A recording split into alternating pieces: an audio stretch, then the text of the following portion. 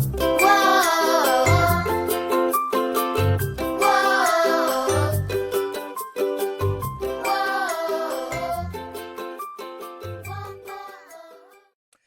guys, Comic Boom here to usher in the new year, but before we do, let's talk some comic books. Best overall comic books for 2020.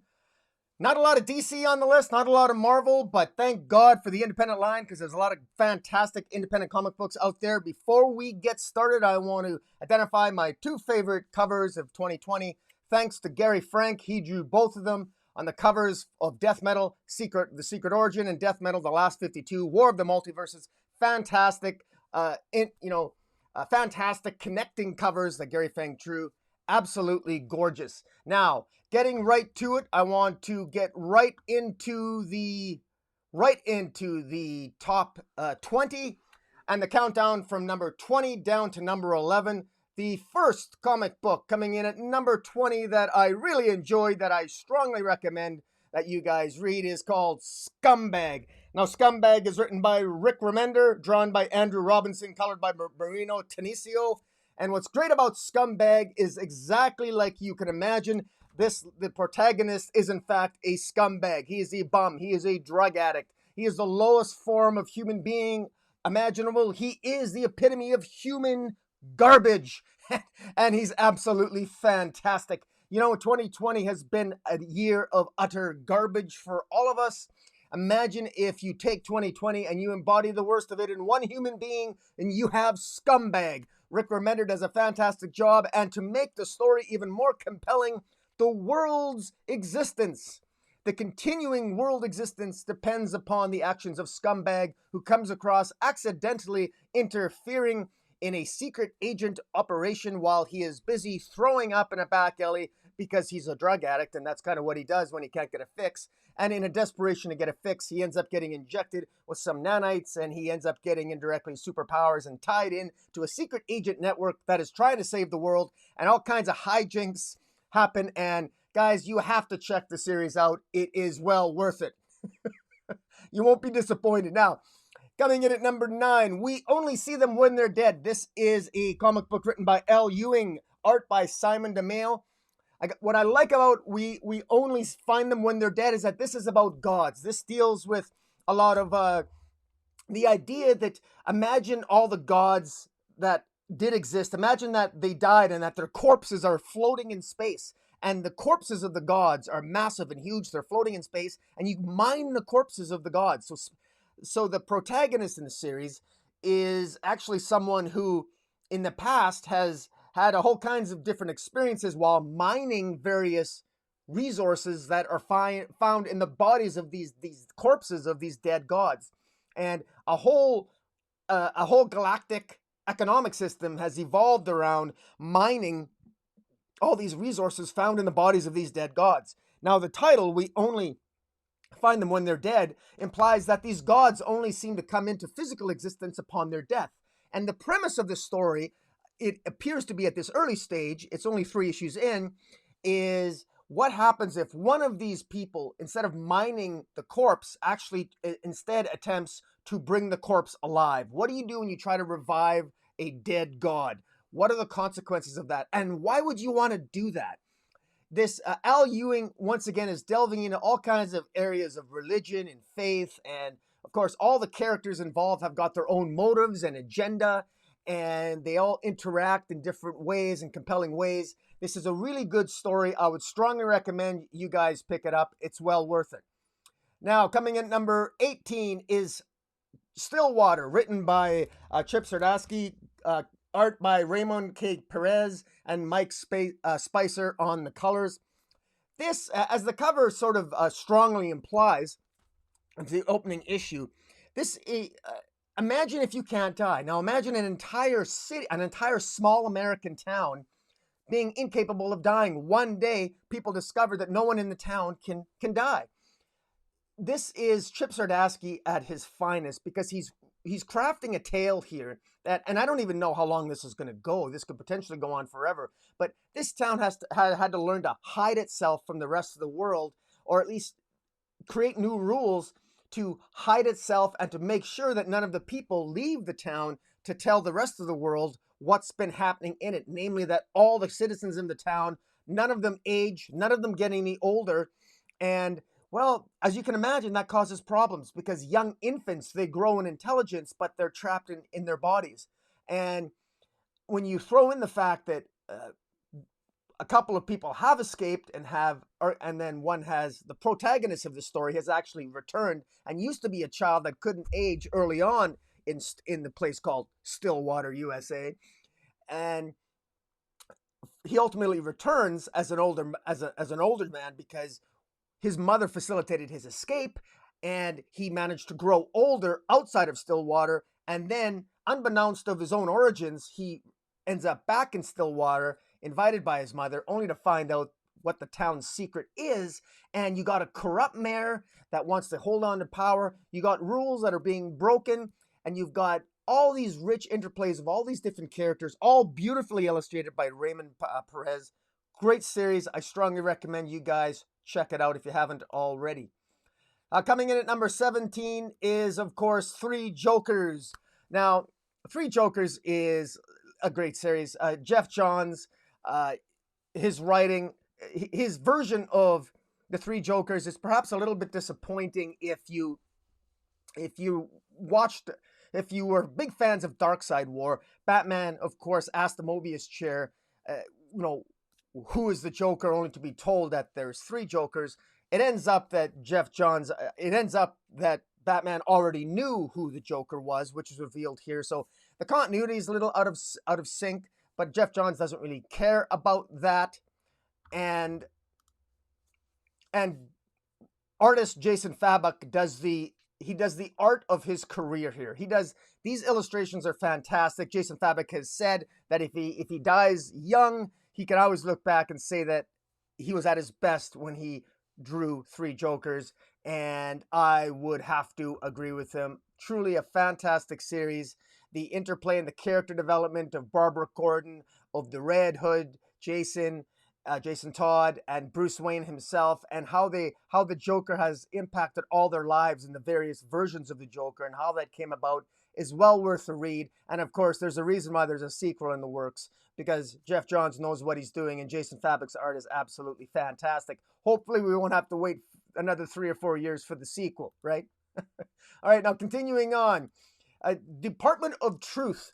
James Tynion IV had a stellar year in 2020. He's even sent out an email to people describing how phenomenal his year of 2020 has been. Aside from his Batman run really taking off, he's had a fantastic run with Department of Truth here. It just started. It's on issue 4 now. And we've got Something is Killing the Children. He's also got another by Boom Studios called Wind. James Tynion IV is hitting it out of the park. Department of Truth is about conspiracy theories. We live in a time where the President of the United States is making a complete mockery out of himself, along with numerous other people who embrace nonsense conspiracy theories. But wait, who am I to say that? Because in the continuity of the Department of Truth is a department of the Justice Department in the United States that actually has the secret that so many of these conspiracy theories become true if enough people believe them. And can you imagine if that was actually the case in our universe? Well, you don't have to, because James Tynion is imagining what it's like in another universe. That's the Department of Truth. And the Department of Truth is actually headed by none other than Lee Harvey Oswald. So how can you not want to pick up a series like that, guys? You got to check it out. And kudos to the artist Simmons and the coloring by Bidikar. It's a very moody. The art suits the conspiracy idea. It's moody. It's eclectic. It's very dark. Just like the sort of dreams and the nightmares that we have are when we visualize conspiracies. It's an excellent melding of artist and writer. It's well worth checking out. All right, continuing on, we have coming in at number 15 is Batman. I just finished talking about James Tynion IV. His Batman this year, while the Joker War ended somewhat in a disappointing fashion, I have to put Batman in the top 20 list simply because James Tynion is riding high. He's got so much passion. I love the character of Punchline. I love the character Punchline so much. She's even on this thumbnail that I've done. So I thought with all the different characters, his writing of Harley, the underbroker, the Joker, even the designer, while a lot of these characters could have been flushed out more, and perhaps the plot could have been a little bit more detailed and a little better paced, the fact of the matter is I had so much fun reading Batman, more fun than I've had reading Batman in a lot of years, especially coming off the god-awful Tom King run. I just really enjoyed it. And James Tynion, man, I hope you keep it up. And of course, James Tynion plans on being on Batman certainly for another 2 or 3 years if things continue to go well for him. Now, coming in at number 13 is, number 14, Basket Full of Heads. I had to put a Joe Hill title on this. The Joe Hill Black Label line, the horror line for DC Comics, is really an excellent line. This is this was my favorite horror title. This literally, if you can imagine, this is sort of like a small coastal American town that is seedy and dark, and tied up in the middle of this is there's a prison escape, and prisoners basically they're looking for some money. And while they're looking for some money, they stumble upon a home, and in this home the owner of the home happens to be someone who collects old Viking artifacts, and one of those is an axe that is enchanted as such that if the axe is ever used to literally cut off somebody's head, the head remains alive. Now, as incredibly stupid and corny as that sounds, this actually works well for this title. Writer Joe Hill does a great job. Artist Leo Max, and colors by Dave Stewart. It's perfect. It's nice and creepy. You get that small town feel, and you also get that the characterizations, particularly by the lead protagonist as she as she works her way through the extraordinary adventure and ridiculous circumstance that she's in trying to defend herself and having to kill her assailants, only to find that, you know, as they die, and as she literally chops their heads off. She's kind of a dark person herself, but to have all these talking heads, a basket full of heads, it actually leads for a surprisingly horror-filled yet thoroughly entertaining comic book. I'd encourage you guys to pick up the trade. All right, continuing on. Coming in at number 13, we have Wonder Woman Dead Earth. My God, Daniel Warren Johnson. He's been getting so much praise for this series from different quarters. This was certainly on my top 10 list for best DC, even though it's Black Label. It is DC. But in any event, a great futuristic dystopian tale that takes a look at Diana in a much more darker sense.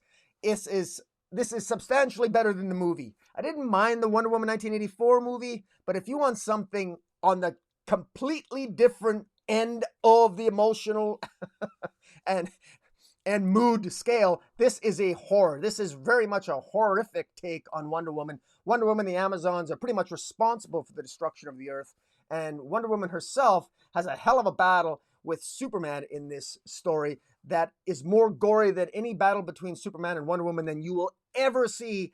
Daniel Warren Johnson really hit it out of the park. I am stunned that DC gave him the okay to write this story. That's how good it is in terms of just the gore fest. Why he was allowed to portray Wonder Woman in such an exciting fashion, I don't know. They're not allowed to do it in the movies, and apparently they're only allowed to do it in the comic books for Black Label. So I hope that we get more Wonder Woman tales where she's much more aggressive and visceral and a flawed human being as she's portrayed in Wonder Woman Dead Earth. It's really that good, guys. I would check it out. All right, continuing on. We have, coming in at number 12, Unkindness of Ravens. This is a book written by Dan Panosian, art by Mariana Ignazi, and colors by Fabiano Mascola. What I like about The Unkindness of Ravens is that this is basically a high school tale where it starts off with a somewhat of a trope exam, somewhat exploring some tropes. A young woman is new to a small town. She ends up going to school there, obviously, and she meets a bunch of different friends, and she ends up becoming there's a tug of war regarding who she should hang out with. There are a group of witches and who call themselves ravens, and these ravens have a reputation for being unkind, hence the title, The Unkindness of Ravens. But yet, the actual bad guys are the ones that want to kill the ravens, or at least that's what it appears. So there's two different school groups. Instead of having the jocks and the nerds, you've got the witches and the group of girls that don't like the witches. And you've got writer Dan Panosian does a good job of creating character moments, of creating, young romance, of creating drama, violence. There are misdirections along the way. This is actually a really good tale. The art by Dan Panosian is excellent. It conveyed sort of the dark, moodier aspects of a smaller American town, while at the same time the facial expressions are expressive, and you really get a sense of who the characters are. And this is actually very much a character-driven story, and that's why I like it. It's the plot isn't moving the characters forward; it's the characters moving the plot. And because you're dealing with witches, and this entire town that it takes place in is literally a town that has a rich history going back centuries regarding witches, back to the time of the Inquisition. It's really interesting, and it's well worth checking out, guys. Finally, coming in at number 11, we have Daredevil. Now, Daredevil almost made my top 10 list. Chip Zdarsky's done a fantastic job with Daredevil. Issue 25 just came out, and it involves the Elektra becoming Daredevil, at least for a time. Now, you'll note that in issue 25 of Daredevil, Matthew Murdock finds himself behind bars again. He pleads guilty to manslaughter. Now, Matthew Murdock has been in jail before. You might be thinking that this is a plot line that's been done again and again and again. And in a sense, it has been done that way. We've gotten similar outcomes in the past with Matthew Murdock ending up in jail. But Chip Zdarsky's run is one of the better ones, quite frankly, because you've got Wilson Fisk, you've got Matthew Murdock himself struggling with whether or not he even wanted to be Daredevil early on, giving up being Daredevil, and ultimately wanting to hold himself accountable. It's that Matthew Murdock Catholic guilt that always seems to drive his plots in some way, and really seem to drive the narrative forward. And I got to tell you, with Daredevil, the artist here, Hawthorne, then Mayer and Iacano, and the colors and lettering, everything blends to show just the moodiness. Hell's Kitchen is always such a dark place, and Daredevil is always there to provide the hope at the 11th hour. And in this case, by the time you hit issue 25, which basically closes out the year 2020, we got Elektra coming along, and Elektra wants Matthew Murdock's help, but he's in jail, and he doesn't trust Elektra, and he doesn't think that Elektra can be heroic because all she is a killer. So Elektra's trying to prove herself to Matthew Murdock by assuming the Daredevil mantle. Now, what's going to happen in 2021? How is this story going to move forward? I don't know, but I'm absolutely looking forward to see how it might play out. Coming in at number 10, guys, is Lazarus Arisen. I love Greg Rucka's writing for the most part, and I got to tell you, Lazarus Arisen, it continues to impress. Now, nobody was really talking about this comic book in 2020, and I'm surprised. He experimented with actually different packaging for the comic book. Rather than coming out with floppies on a monthly basis, Greg Rucka he's decided to charge more and have a nice full graphic novel size instead of the staple. It's nice. It's almost like a nice graphic novel book form, and the price is $7.99 US. And every 2 months, I think, or every 2 or 3 months, we get a nice chapter. So I think we're up to issue 5 now on this. Anyways, it's really, really a great series. It's about the future where the world is divided into different financial families, that powerful families control the world. And the Carlyle family has what they call a Lazarus, which is a powerful warrior fighter, and all the families that control the world, they all have their most powerful fighter. And for the Carlisle family, it's Forever Carlisle is her name, and she's got a sister that runs the Carlisle empire, so to speak, and all the various families of the planet. They've got an accord with each other. They've got agreements with each other, and that leads to a lot of intrigue and a lot of espionage because none of the families really like each other, and all the families are vying for power. And what Greg Rucka does so masterfully here is that he creates a lot of those character interplays, a lot of those moments, a lot of the plot centers on characters, and there's romance, and there's betrayal, there's intrigue, espionage, all of that is tied in here. And Michael Lark's art is absolutely fantastic. And what particularly impresses me are the action scenes that Michael Lark does an amazing job. And just so you know, does Greg Rucka does a lot of his. He wrote The Old Guard. Greg Rucka wrote The Old Guard and The Old Guard Force Multiplied, and that's a fantastic movie. It's probably one of the best Netflix movies of 2020.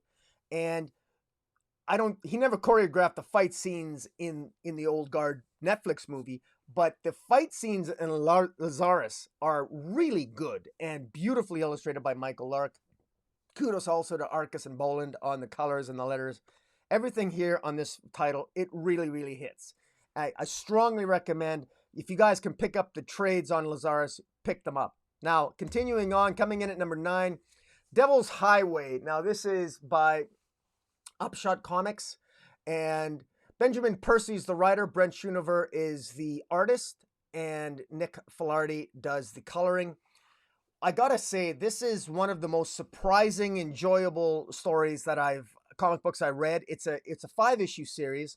It just ended last month in November, and it basically deals with the highways, and one of the most influential and lucrative industries in the United States is the trucking industry. And the trucking industry is actually ripe to have a lot of psychopaths in them. Benjamin Percy has basically indicated that he was sort of inspired by the fact that, when you think about it, being a truck driver would be a perfect hideout, a perfect place to be a serial killer, because you move from place to place. It's very difficult to get caught. You know where all the secret places are to hide bodies, etc., etc. And the premise of Devil's Highway is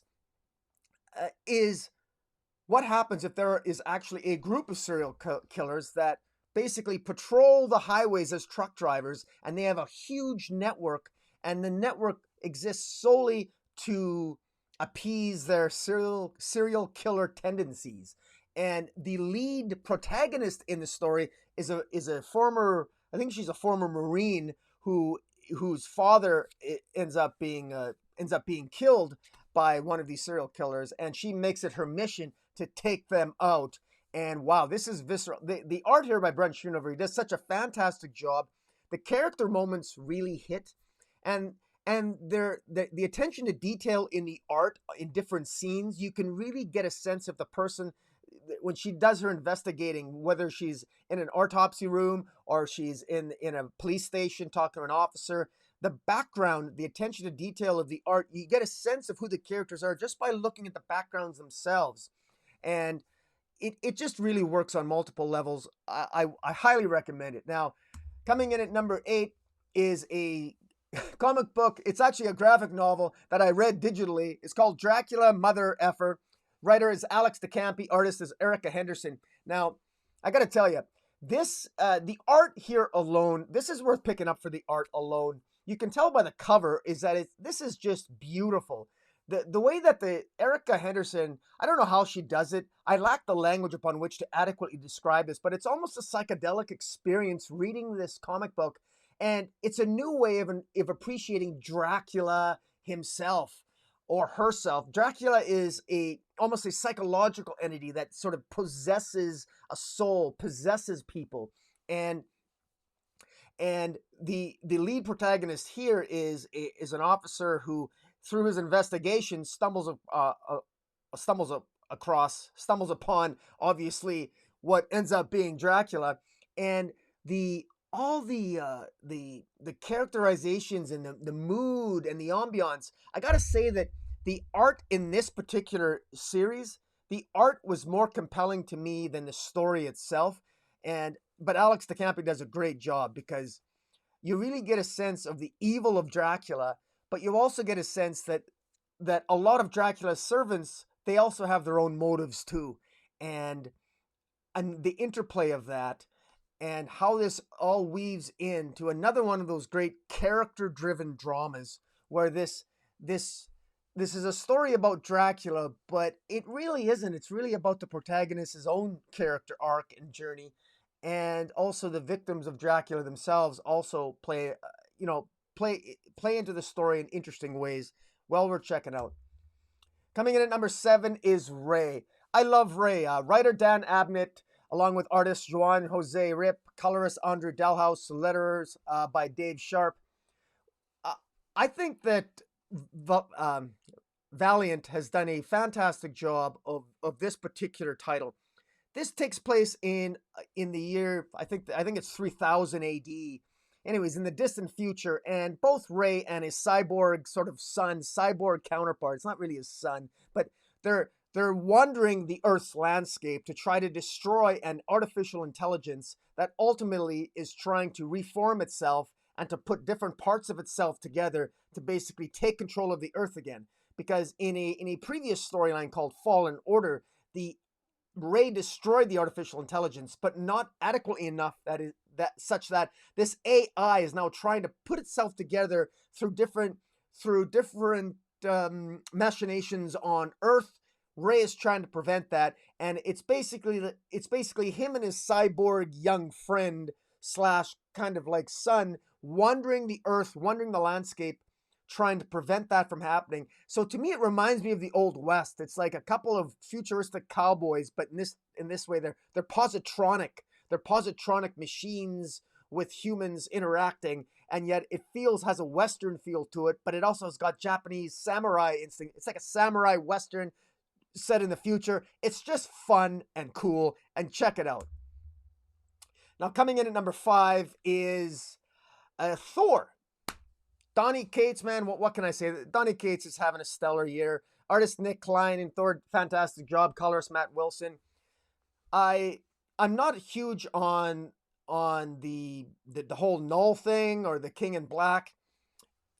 Venom isn't on my list. I'm not collecting King in Black, although I am reading it digitally. It's okay. But what I find interesting about Thor is that I find that I can get into Thor and I don't need to read any of the other bigger storylines that are taking place in Marvel. Donnie Cates does a good job, particularly recently when he's introduced back into Thor's life Donald Blake, who used to be Thor, who used to be able to channel the power of Thor. I always wondered how that worked. If Donald Blake became Thor, where did Donald Blake go? I never knew the answer to that question until recently.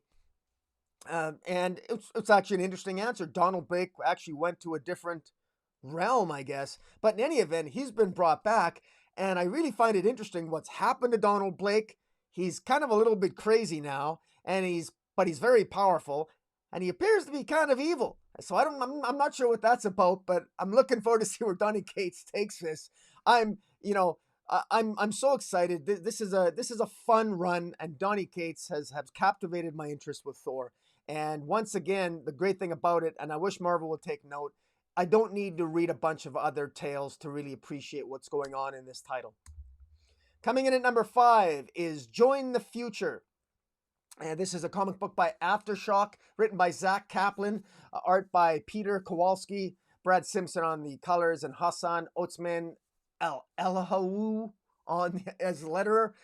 Join the Future is I quite enjoy this particular title, because what it actually does is that it involves a character by the name of Clementine, and it takes place, unsurprisingly, in the future, where there is this huge futuristic city that is encouraging people to come live in this futuristic city, but a lot of people don't want to move into the city. And the lead character, called Clementine, she's, as you can tell by the cover of the first issue, it's Western. It's almost Western like.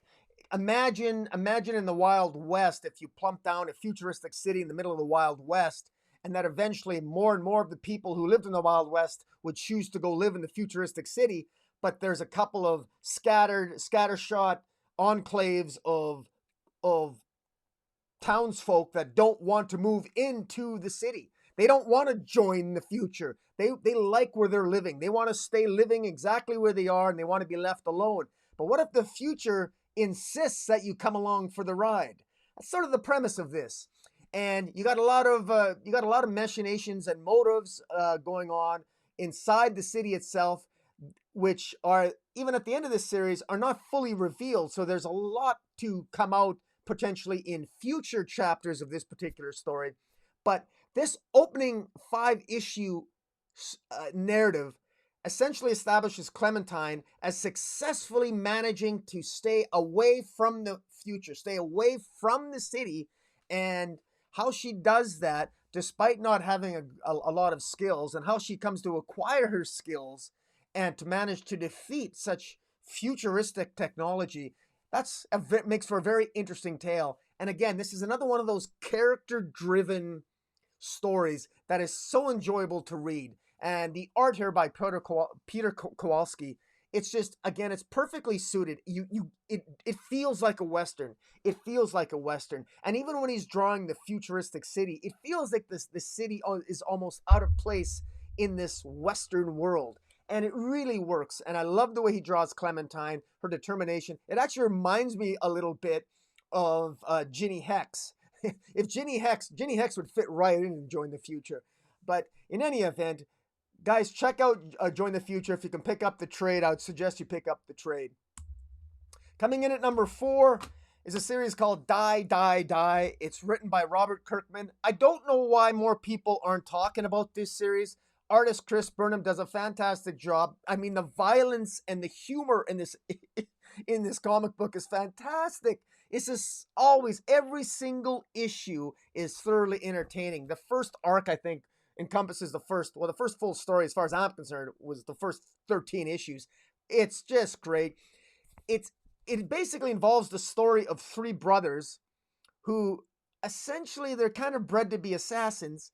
And you've got a world where there's this, the lead star, I don't even want to call her a protagonist, although I guess she is. Everyone in this comic book is kind of a jerk.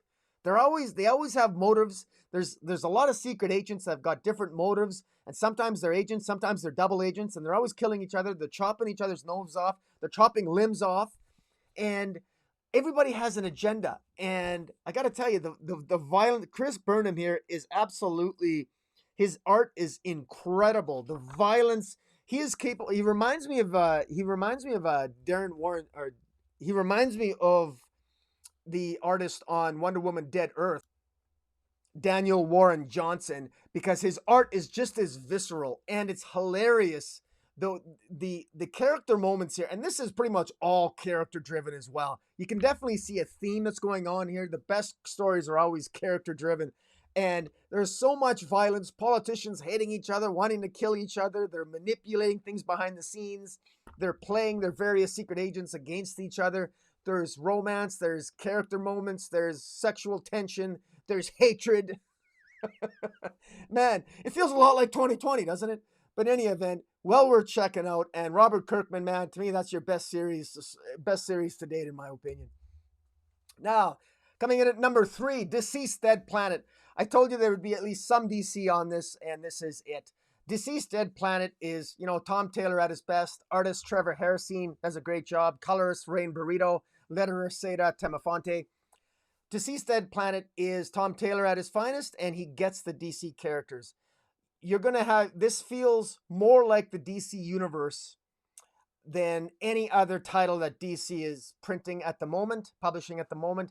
And that's a high compliment to Tom Taylor. That's an insult to DC as a whole, because DC right now is tied down with the god-awful death metal. And there's so much wrong with the DC universe right now, primarily just bad writing, not getting the characters right, not getting the dialogue right. Everything right about the DC universe right now, you can look to writer Tom Taylor. And good news is Tom Taylor will be writing Nightwing in the new year, so I'll be looking forward to that. And hopefully all the new batch of writers that DC is getting, fingers crossed. I'm not sure why they're getting a whole new batch of writers, but then on the other hand, you can't fix the problems with the same components that make up the problem in the first place. So maybe the new batch of writers will give a good shot of new blood into DC, because I think perhaps maybe DC needs it, although why Mark Waid isn't writing Superman is beyond me. But hey, it is what it is. Philip Johnson Kennedy, I'm looking forward to his run. His Last God is not bad. It was on my top 10 list for DC. We'll see where it goes. But guys, check out the Seastead Planet. Coming in at number 2 is The Resistance. This is another Upshot comic. I think there's more Upshot comics on my list than DC and Marvel. Wow, Independence did fantastic this year. But in any event, writer J. Michael Straczynski, artist Mike Diodato Jr., colorist Frank Martin. The Resistance is actually a pandemic story. Now you might think, why did I put a story about a pandemic on the list for 2020 of all things? Because, honest to God, this was just exciting. It was horror-filled. This was about a pandemic that sweeps the planet. Hundreds of millions of people are killed, but arising from it are people with powers and abilities. And of course, the governments, the fledgling governments that survive, they want to control the people that get the powers, and they want to reshape the world in their image. And of course, as you can imagine, the governments are the ones that caused the problem in the first place. And so it's up to these individuals that survive the pandemic and manage to obtain superpowers. It's up to them to reshape the world in their image. Now, is that a good thing or a bad thing? Well, that's the point of the story. This really whets the appetite for what's going to happen in future. I hope Upshot produces more and we get further volumes of The Resistance, because I really enjoyed this. J. Michael Straczynski does a great job. Mike Diodato Jr. does a fantastic job conveying the tension of a world that is going through pain and suffering and the horrors of the pandemic, and the hope that arises when these individuals gain superpowers, and the hope that they bring to a world that's literally been on fire through a pandemic. He conveys it very well. The combination, again, of artist and writer on this title, along with the amazing colors by Frank Martin, really makes this title sing. Finally, number 1, Something is Killing the Children. Kudos to James Tynion IV. He's actually ended up with 3 on the list for top 20. Amazing. What can I say about Something is Killing the Children? I reviewed in one sitting the first 8 issues of Something is Killing the Children. The lead character, Erica Slaughter, is a member of the House of Slaughter, and it's their job to kill monsters, because the premise of the story is that monsters are real and that monsters exist. And the way monsters come into existence is because children make stories up. And when you make up a horror story, and when you tell a horror story, if you're really good at telling a horror story, you better be careful, because you can attract monsters. And only children can see monsters. Adults can't. And so that's why monsters get away with so much, because adults don't think that monsters are real, but children know that they're real, and it's the children that suffer and die here. I got to tell you, the artist here, Werther Delarita. I apologize, I'm butchering that name. It's actually Werther Deladera. Anyways, I don't even know if that's a man or a female. I don't know if that a man or a woman. I don't know. But I'll just say, Deladera, whoever you are, your art's fantastic. The art here, the mood of this, the horror, the way that the panel progression, the tone of this book, it feels like a horror. You're always waiting for something to go wrong and something really bad to happen when you read this, and it so much bad happens to children. Just when you get attached to a particular character, they might end up dying. This happens all the time. This is just like, it's like the Game of Thrones of horror. James Tynion IV is just hitting it out of the park with this, guys. This is a comic book that I would strongly recommend. It's on issue 13 already, and it's, pick it up and trade. Pick it up.